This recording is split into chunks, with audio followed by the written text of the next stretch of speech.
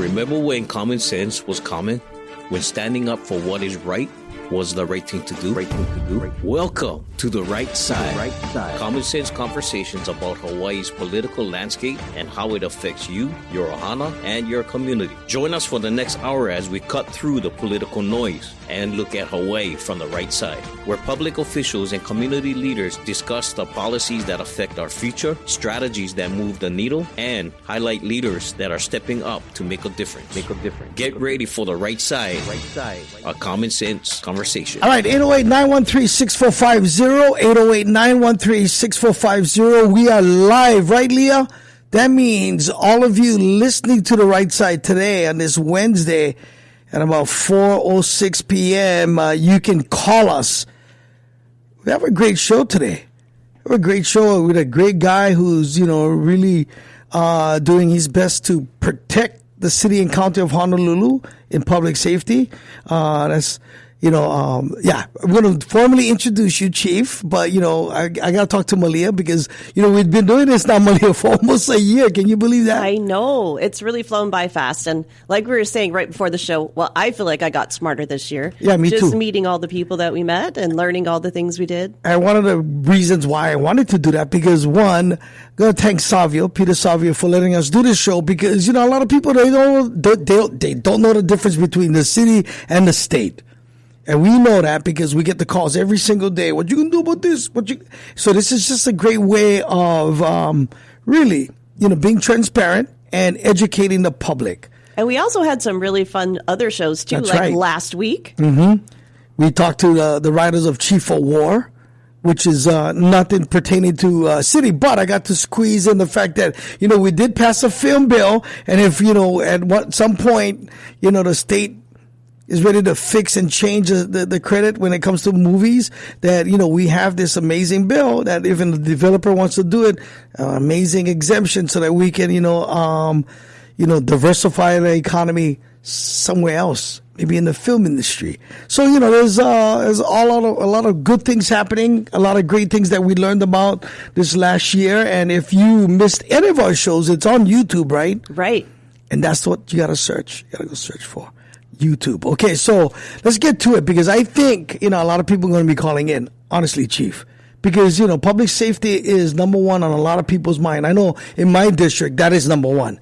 People concerned about public safety, clean parks, homeless, but number one is public safety. So, when we call 911 in response to a crime or crisis in progress, we expect police officers to respond quickly and professionally. On the other end, there are, our Honolulu police officers who, they also have a tough job. They're charged with investigating crimes and keeping our community safe, but they're also, facing staff shortages, increasing demand to respond to people with mental health issues. They must adapt to new technologies and deal with the occasional criticism in the media and the public, and they must keep up with the evolving crimes, like cybercrimes and all that stuff. And we've covered and talked about in the last year. Today we have the honor in speaking with the man in charge of the Honolulu Police Department, Acting Chief Rade Vanic. So, you want to formally introduce our guest, Malia? Sure. Chief Vanic is the interim chief of police for the Honolulu Police Department, where he leads a force of over 2,100 sworn and civilian personnel. With more than 26 years of law enforcement experience, Chief Vanic is a respected leader, a longtime HPD veteran. He has the distinction of having worked in every bureau in the department during his career. Vanic previously served as interim chief in 2021, and most recently as deputy chief, where he managed internal operations and advanced initiatives in officer wellness and department reform. And I remember we came to meet with you. Our office came to meet with you when you were acting chief before. Yeah. I think we all, I feel like we've grown with each other. I do Chief. too. Because when I came into council, I think you was one of the first persons that we met. We sat in that circle. So, it's awesome. Well, welcome. Thanks for being here. No, thanks for having me here. All right. So, can you talk about, your background and what led you into the career of law enforcement? Yeah, sure. I was born and raised here on Oahu. I grew up in Waikiki. Okay. I went to a private elementary school, small elementary school, and then I went to Kamehameha Imu. Yeah. I'm proud of that. Okay. So I'm part Hawaiian. I stayed here for college. I went to the University of Hawaii, where I got my degree in architecture. That's right. Yeah, so, I never grew up wanting to be a police officer. As a matter of fact, growing up in Waikiki, I used to see the garbage trucks drive up and down, collect the rubbish. So I wanted to be a garbage truck driver. Yeah. But It's so funny because that's what I want. My dad was a rubbish man. I wanted to jump on that back of that rubbish truck and go. All right. But, I think maybe that kind of leads to where I am today is I think maybe at a young age I knew I wanted to be in service, in public service. I was always a creative person, which kind of maybe led me into architecture. So I'm a person who likes to pay attention to detail. I'm creative. But really what got me into in law enforcement was, it's pretty quite simple, to tell you the truth, is my wife's dad is a retired lieutenant. Okay. My brother-in-law is still in the department. He's a lieutenant. My best friend, who was going to architecture school with me, his dad is a retired police officer. Really, he just told me one day, hey, let's go take the test. And so I did, But it's something that wasn't, it wasn't something that I was looking to do, but it kind of was something that I think I was meant to do, because 26 years later, I'm still doing it. Yeah. And I think that's one of the best decisions other than marrying my wife. Oh, there you go. There you go. Yeah, that's points right there. Yeah, one of the best decisions in my life, because I think it's the best job in the world. It's something that I love doing. It's one of the only jobs where you can really make a positive difference and positive change in someone's life. And, I wouldn't do anything different. Yeah, it's amazing how, and we'll get into it and how, we had reverence for police officers growing up. So, that time we all grew up, there was something that, man, you're a police officer. It's like, whoa, you know what I mean? Because, I remember sitting in class and they would ask what you guys like. In fact, I did that, right? I just spoke to third graders at Kale'opu Elementary, and I said, how many of you guys want to be school teachers? And raise their hand. How many of you guys want to be president of the United States? How many of you guys like to be police officers? Amazing. And maybe because the class were out in the community, finding ways they can find solutions, but they all majority of the kids raised their hand and they all wanted to be police officers. So that's awesome. Yeah, no, it is. And I am very optimistic, and I know things will change and things will get better. And when we start learning how to respect each other, we can live in this still very safe.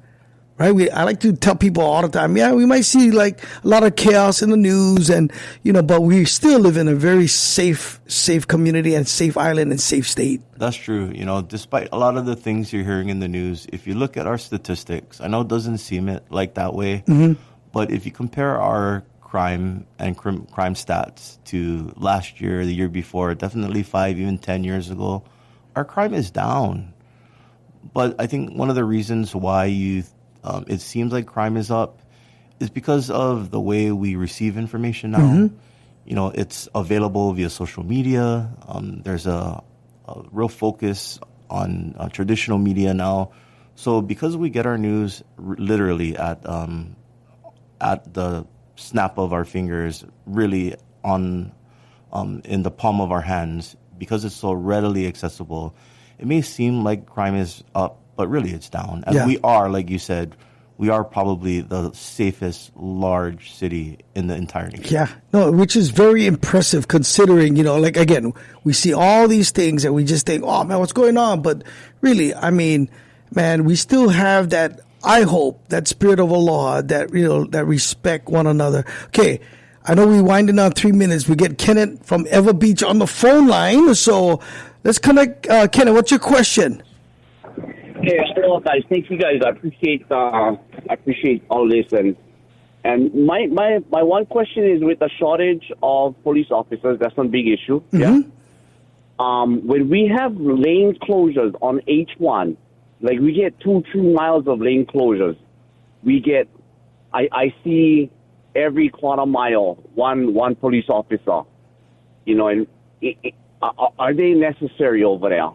You know, we talk about the necessary evil. Sure. Is that officers? I mean, they could be, instead of sitting over there for hours and hours, just sitting. They're just sitting in one lane closure with, get the cones. We're not going to go inside the cones. Mm-hmm. But would they be able to, Chief, would you be able to move them to a more, I guess, useful position? That's my question. Thank you. Very good. Thank you, Ken, and thank you for listening. Mahalo. Okay, Chief? Yeah, sure. Thank you for your question. So, those officers, they're not on-duty officers. Those are off-duty officers that are hired by the contractor. Those are like privately hired special duty officers. Mm-hmm. So they don't affect our staffing. And there are requirements by the city, requirement by the states to have a certain number of officers per job. So that's actually a requirement. But those officers don't affect our staffing levels. So they're there also to provide visibility, to provide safety.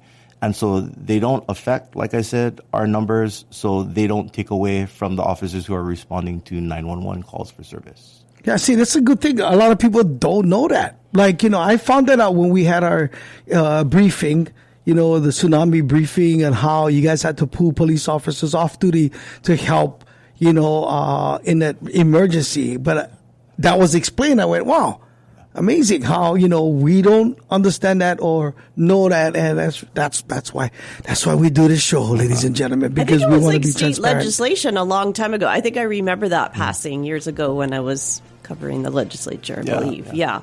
Because I remember that was a big discussion. So, so it's kind of out of our hands, but a legislative state issue too, yeah. All right. Talking more with Chief Vanic. If you like, you have a question, 808-913-6450. It's the right side of Common Sense Conversation. Welcome back to The Right Side with Hawaii public officials and community leaders. Let's get back to Common Sense Conversations. 808-913-6450. You can be like Kennedy in Ever Beach and ask Chief Vanic a question pertaining to the Honolulu Police Department. Again, they do a lot. And, recently, we saw an uptick. And I think that's the question to the chief, right? Right. No, so I was just wondering what the worrisome trends are, because we're talking about crime being down, but what kind of trends are, concerning to the department or to you personally, and then how are you tackling that? Yeah, sure. So, like I said, even though overall crime is down, we do see a couple of troubling trends, yeah. So I know in the news lately you've heard a lot of gunplay, yeah. Mm-hmm. So we've seen an increase in crimes related to guns. So people, when they commit robberies, they're using guns. People, when they're killing people, they're using guns. So yeah, we're concerned about the individuals that are using guns, ghost guns. If people don't know what that is, those are individuals putting together guns, manufacturing guns on their own.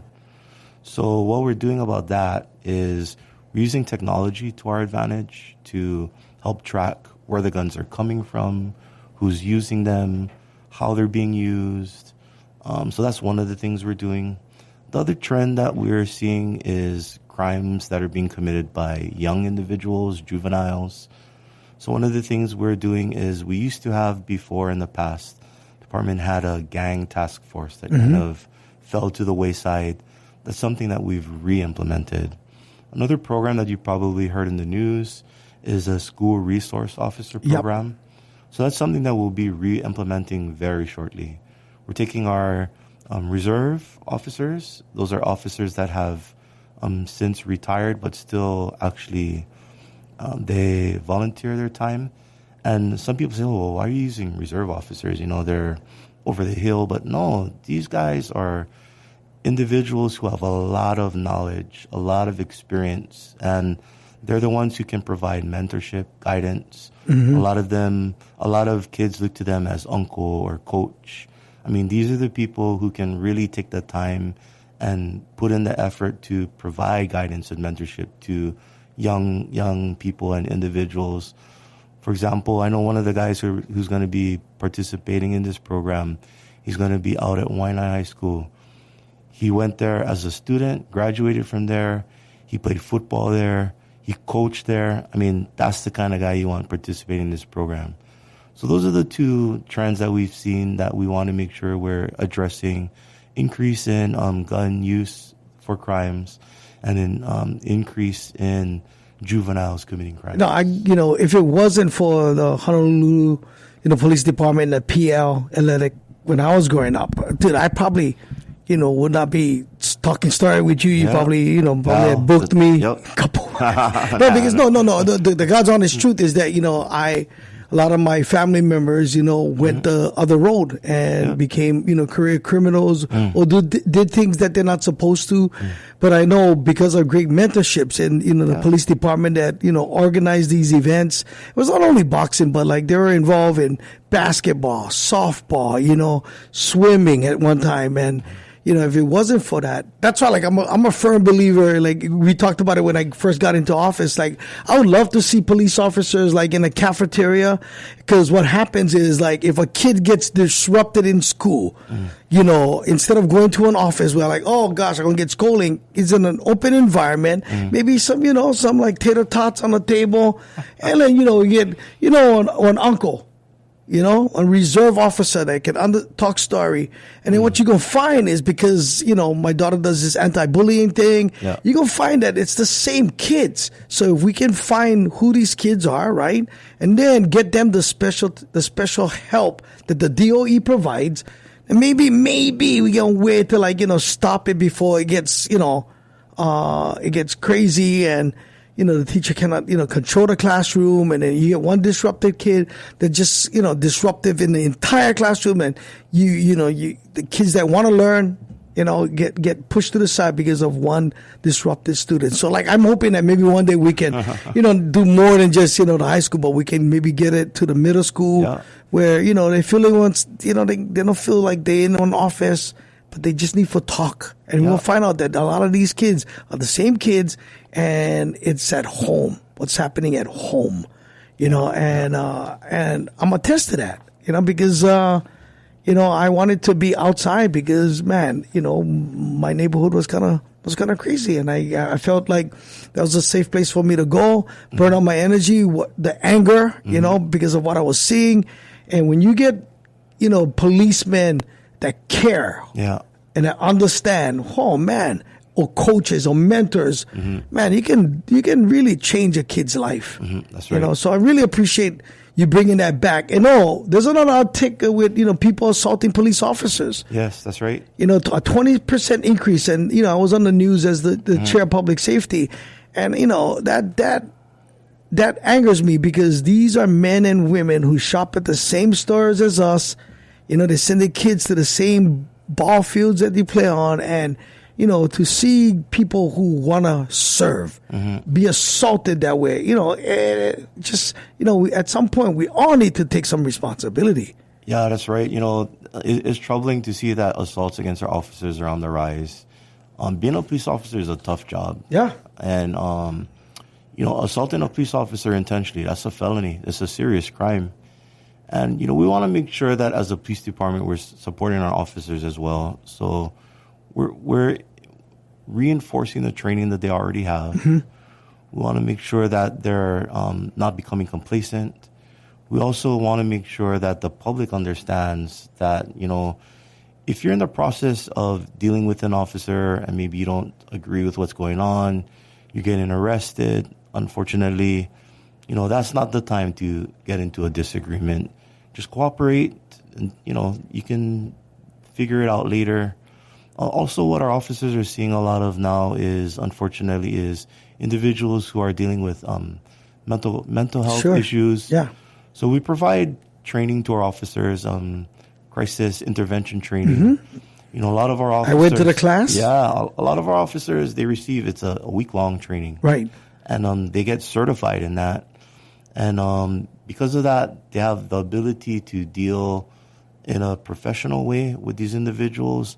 But still, it's different times now. Sure. I know when I was on the road, we talk about back when I was.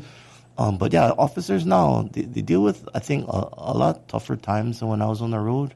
And I really feel for them. I think they're doing a good job, though. I would ask the public maybe, like you said, they're people just like us. Yes. They're our uncles, our aunties. our friends, our loved ones. Yeah, just give them the respect that they deserve. No, I did that right along, and I was blown away. I like obviously sitting there, and I see somebody without their seatbelt, and and I know the police officer was going to just warn them, right? But like I'm walking, because he told me you can come out on this one, just a routine stop. I go out, then the first thing the guy does is just start swearing at him. Wow. You know what I mean? I'm like, then the guy sees me go, oh, bro, hey, bro. Like, dude, like, that's so uncalled for. You know what I mean? Like, but, and again, we can blame a lot of things. We can say, well, we see this as a trend nationally.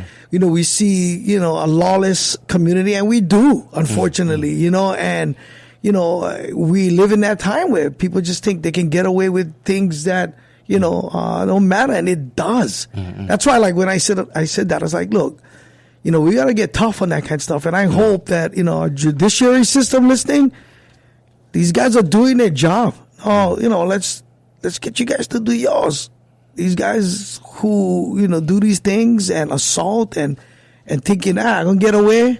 That's not how life is. You do something wrong, you should get punished. Including me, so, I get mad, but at the same time, I'm very optimistic because, when I go into schools and I talk to people, I still feel like, we have a very civil society and we still like do the best we can to make our communities better. And, man, your team out in my district has been doing an amazing job. I think the last 2 weeks we've had already 3 community policing teams that come out and help me do 2 in Waipahu to do a community policing. Oh, yeah. Yeah, we did one last night in the Anianis. Oh, nice. And we get one, in the next couple of weeks in Eva Beach. But like, man, when you see people like that get excited and you see the cooperation of Honolulu Police, going, hey, let's work with each other so that, we can make our community better. Come on, people. That's what it's all about. This is a large part of the community that is really supportive of the police. The whole Back to Blue movement. Yeah. The community, in a large part, I think they really support our police officers. Sure. There's a small part of the community that, they just, because you see a person wearing the uniform, automatically they form a opinion about a negative opinion. But I think here in Honolulu, compared to maybe some other places on the continent, we really do have a community that supports our police officers. And that's why being a police officer here in Honolulu, I would rather work here than any place else. Okay. So, yeah, our community is good. Yeah, because we're going to talk about that next. When we come back from the break, we're going to talk about recruitment. You just heard the chief say, this is a good place to work, people. All right. This is a good place to work, okay? So when we come back from this break, I know Malia wants to ask about recruitment. Okay? Yes. Is it too late for Augie to join? No. I have 2 years and a half to do my job. I might be the first 60-year-old policeman. Let's do it. 808-913-6450. It's the right side of common sense conversation. Welcome back to The Right Side with Hawaii public officials and community leaders. Let's get back to common sense conversation. 808-913-6450. It's the right side. I'm Augie. That's Malia. And our guest today is Chief Rade Vanic from the Honolulu Police Department. We'll talk recruitment. Right. So I know it's been in the news that it's been challenging to get people to be police officers. There's high vacancies. So how's it going with recruitment, and what are you doing to recruit more police officers? Yeah, I think some of the efforts that we've been making are starting to pay dividends now. We just started a class on Monday, and it's the largest class we've seen in a couple of years. So we started with 40 recruits, and the last time we've seen 40 was probably pre-COVID. We've seen classes more along the lines of like teens, maybe low 20s. So to have 40 officers, 40 recruits start in one class, that's good. That's a sign that we're improving. We have another class starting in January. We think we can hit that same number, if not more. Wow, okay. Yeah, so we see an upward climb in our numbers. And I think that's a result of some of the focused effort now. We're focused more on what works rather than getting a lot of numbers of people trying to apply. We're looking more at, okay, who do we want to target? More targeted efforts. So what we found as we've done our research is that we see a lot of individuals who are applying related to family and friends. So we're targeting those individuals. We see a lot of individuals who have interests or who have like played sports. We see a lot of individuals who have been involved in group activities, those types of things. And also individuals who have ties to like the military.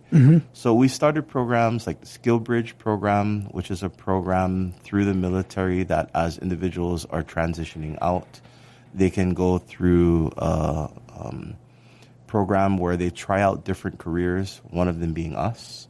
And if they like it, they could actually come into our program as a recruit. Of course, they still have to go through all of the background training and stuff. Other things we've done is we had a cadet program a long time ago, but we moved away from that. We recently brought that back. So we also have a lot of programs with the high schools. We have pathway programs. So all of these different programs that we've started to expand over the past couple of years, now we see are starting to pay dividends. That's awesome. So, right now, how many vacancies are there at this time right now? So we currently have about 460 vacancies. Okay. We have a personnel movement 3 times every year. And when we have those personnel movements, that's when we're able to lower our vacancy numbers. Okay. So we have another movement coming up in November, at which time we have a little over 40 recruits going out to their permanent assignments. So after we have that personnel movement, we'll be down probably a little bit below 420, so closer to about 400. When people hear that kind of numbers and the amount of vacancies, they get worried. Yeah. Can you reassure the people that Sure. with the amount of police we have, it's okay? Yeah. So you know what I've been telling individuals, council members, the elected officials, as I've been going is, what we really need to do is stop focusing on the vacancies. We need to focus on the strength of our department. Focus on the officers who are out there every single day, waking up, putting on their uniform, and going out there to serve the public. Those are the guys who take a lot of pride in what they do. And they're out there day after day answering the call for service. You think about it is, right now I could say, hey, you know what, 200 of the vacancies that I have right now, just take them away. And now instead of 400 vacancies, I have 200 vacancies. Did I really just make my department any stronger? No. So we really got to take a look at the number of officers I do have. What tools and resources do they have to make them better at what they do?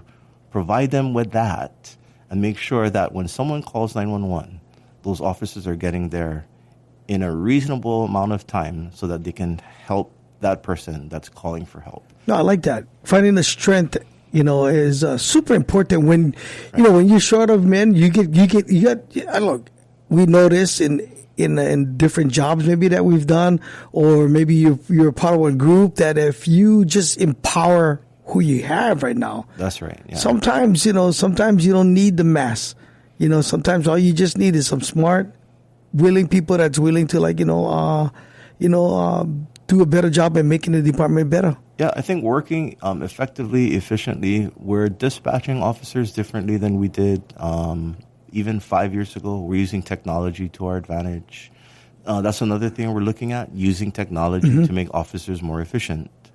Yeah, that's a huge thing moving forward. And that's one of my priorities, too, as interim chief, is to make sure we are giving our officers the tools and resources that they need, including technology, so that they can do the best job that they can to protect the public. No, I know. I love that. One of the questions, of course, I have to ask this for Tiffany. Okay. Well, just basically, you were talking about men, but what about women? Like, is that a priority to recruit women? I know we've met out in the community policing team. We've met a lot of really amazing, strong women who are great with the public. And sometimes women have just a easier time talking to people sometimes. So I was just wondering, how are you, number one, recruiting women, and also to supporting them when they're there? 100%. Women, like you said, they have a certain way with individuals out in the public that maybe men cannot relate to.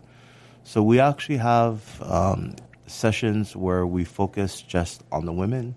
We have recruitment drives where we bring our female officers, even female civilian employees, so that they can provide information to individuals who are interested in applying for HPD. And like you said, especially in some cases where the victim of crimes would rather talk to a female officer, yeah, that's huge. So we definitely encourage anyone, male or female, if you're interested, go to joinhpd.com. Yeah. And sign up. Yeah, 808-913-6450. If you want to ask a question of Chief Vanic, we are here live, people. You can be just like Kenneth from Ever Beach and really ask a great question. Honolulu police officers are set to get a pay increase. What will the average officer be making, and what is the range of pay from start to those with seniority? Yeah, sure. So right now, for a cadet coming into the police department, their starting pay is about a little over $63,000. Okay. And the requirement for that is that you just need to have a high school diploma or equivalency. For a recruit, in order to get into the police department, the training academy, you need to be at least, by the time you graduate from the department, because you need to be able to legally carry a firearm. Yeah. You need to be at least 21 years old. Okay. The starting pay for that is about $83,000. So yeah, it's not too bad. Yeah, it's a living wage. That's right. Yeah. Job, and again, you out protecting and serving your community, which is a lot of integrity. I'd also like to point out that thanks to the mayor, city council, they approved if you sign up, there's a $25,000 signing bonus. Where if you're in the department and you're a police officer for at least 3 years, then you get a $25,000 signing bonus. I see our producer Leah. She's already applying. Yeah, you can see her. Because you can be at any age, right? That's correct, Chief. There's no age limit as long as you can pass. That's why she's online right now, just going at it. Joinhpd.com. That's right. There you go. Simple. Okay, Malia. What? Are you telling me to go get a job over the she paddled 6 hours on a canoe. I just did the Navahine Okekai race. Yeah, and it's not only police officers, but if someone's interested in maybe being a police dispatcher, so a police communications officer. That's super important too, right? Being a dispatcher. Yeah, so we recently entered into not negotiations, but we recently have had with HGEA, we entered into a supplemental agreement and implemented retention pay for them, additional retention pay. That's awesome. Yeah. So now our police dispatchers, our police communications officers, so at the entry level, they're making about $68,000. Oh, very good. Same. Yeah. And then the step above that, so once they get onto the radio and they're sending officers to calls, they're making about $82,000. Wow. Yeah, so if you're interested in being a police dispatcher and you don't want to be a police officer, there's a career opportunity and path there too for you. Oh, there you go. See, lots of great opportunities, and if you're in college and you're looking to do something, really rewarding and giving back to your community, maybe this is the way to go. Why do architect when you can be a police officer? It's funny because my grandfather was an architect here, and he built a lot of buildings here in the long time ago. But he built that church in Waikiki, the St. Augustine's Church. Yeah, the Catholic only church in Waikiki. But it's pretty cool. I mean, it's great, but man, I don't think I don't have that kind of creativity that you do. But good thing you didn't end up as an architect. We're all better for it. All right, we're wrapping up this break, and when we come back, we'll do final thoughts, Chief. Again, if you want to talk to Chief Vanic, 808-913-6450. This is our last break, so here's the chance for you to ask the Chief any question.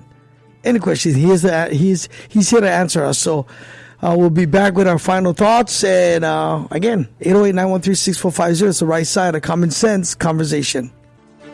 Welcome back to The Right Side with Hawaii public officials and community leaders. Let's get back to common sense conversation. 808-913-6450. It's amazing how quickly time flies.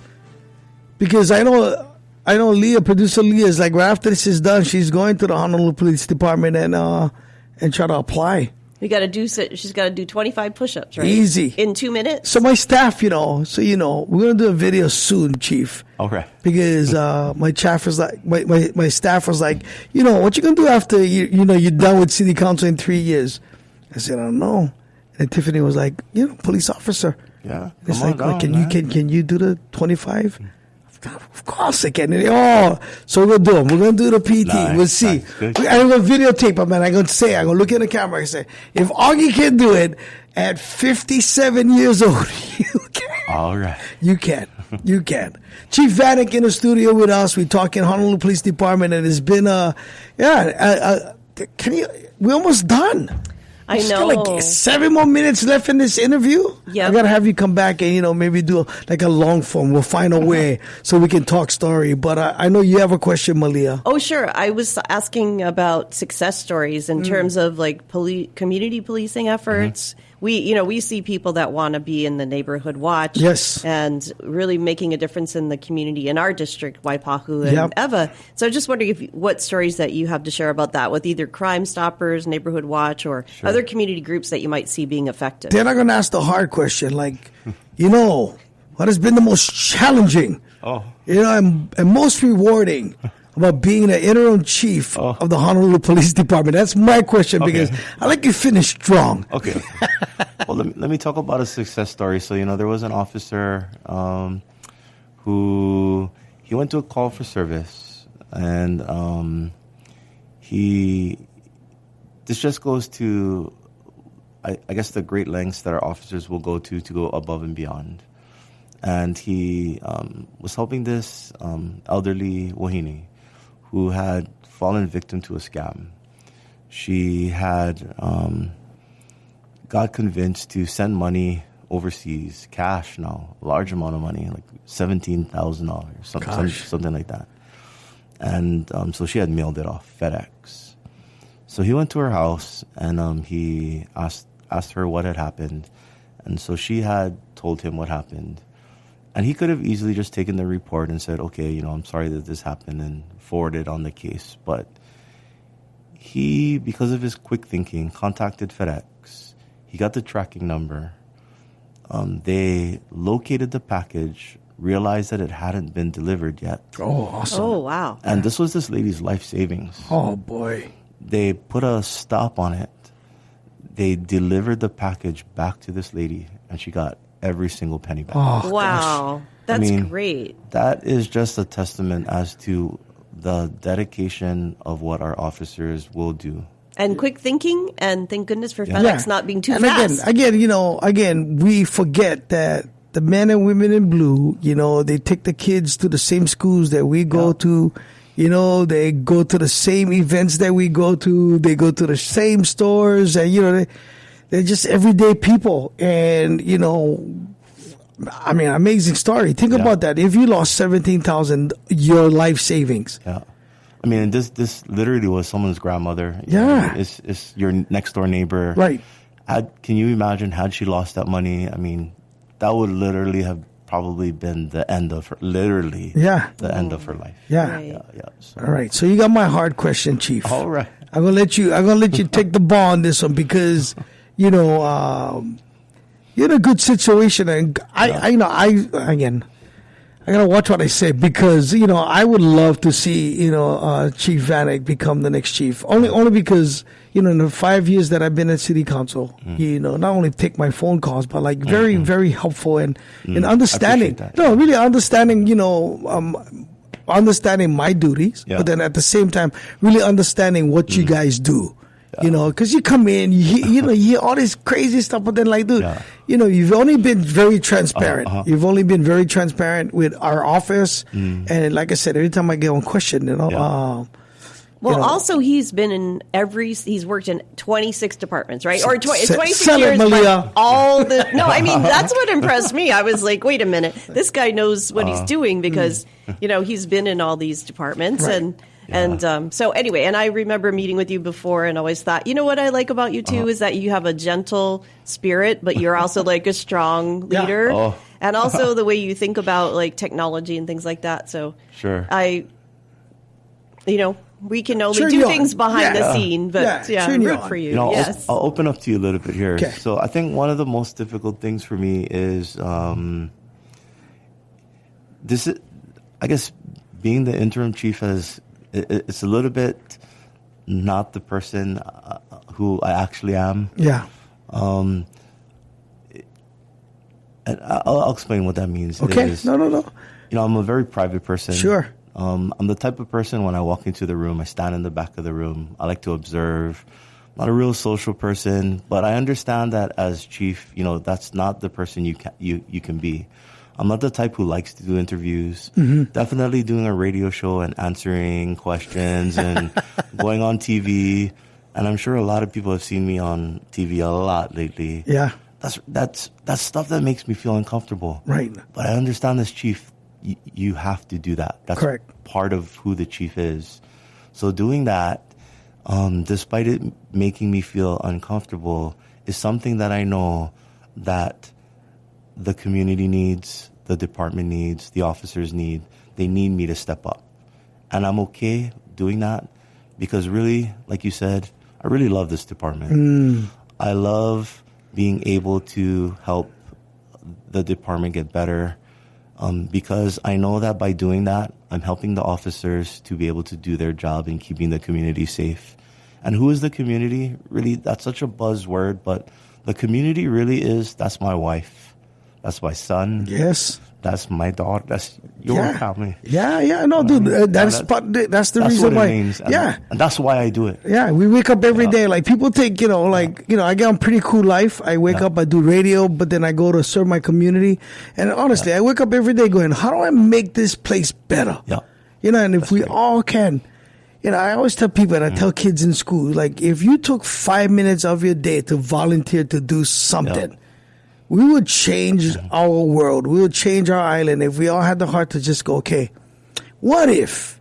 And I appreciate you sharing that because it is a very difficult job.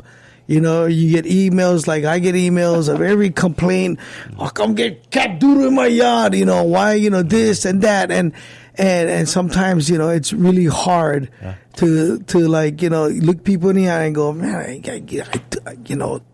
get it, but dude, if you just stepped up yourself to do something better, like I get it, easy for pointing the finger, easy for criticize, but come on, can or what? You can help out a little bit, just a little bit, right? So no, I appreciate the question. I appreciate your answer. I mean, and dude, I look forward to many more years of Chief Vanic. Leading, our police department and taking it to a different level. It has been an amazing hour, dude. Can you believe it? 1 hour? Huh? I know you're rushing over to sign up to be a Honolulu Police Department, Leah. I know that. Okay, just so that you missed it, how can you become a Honolulu Police Department? Yes. Be in a Honolulu Police Department. It's pretty simple. Just go to our website, joinhpd.com. Okay. You can see all the different things that you can be, whether it be a police officer, a recruit, a police cadet. If you don't want to be a sworn, you can be a civilian police communications officer or any one of our many civilian opportunities. Just go over there, again, joinhpd.com. There you go. You're looking for a living wage job, joinhpd.com. It's been a wonderful time. Thank you, Malia. Thank you, Chief. And thank you to the millions of people listening to The Right Side, a common sense conversation.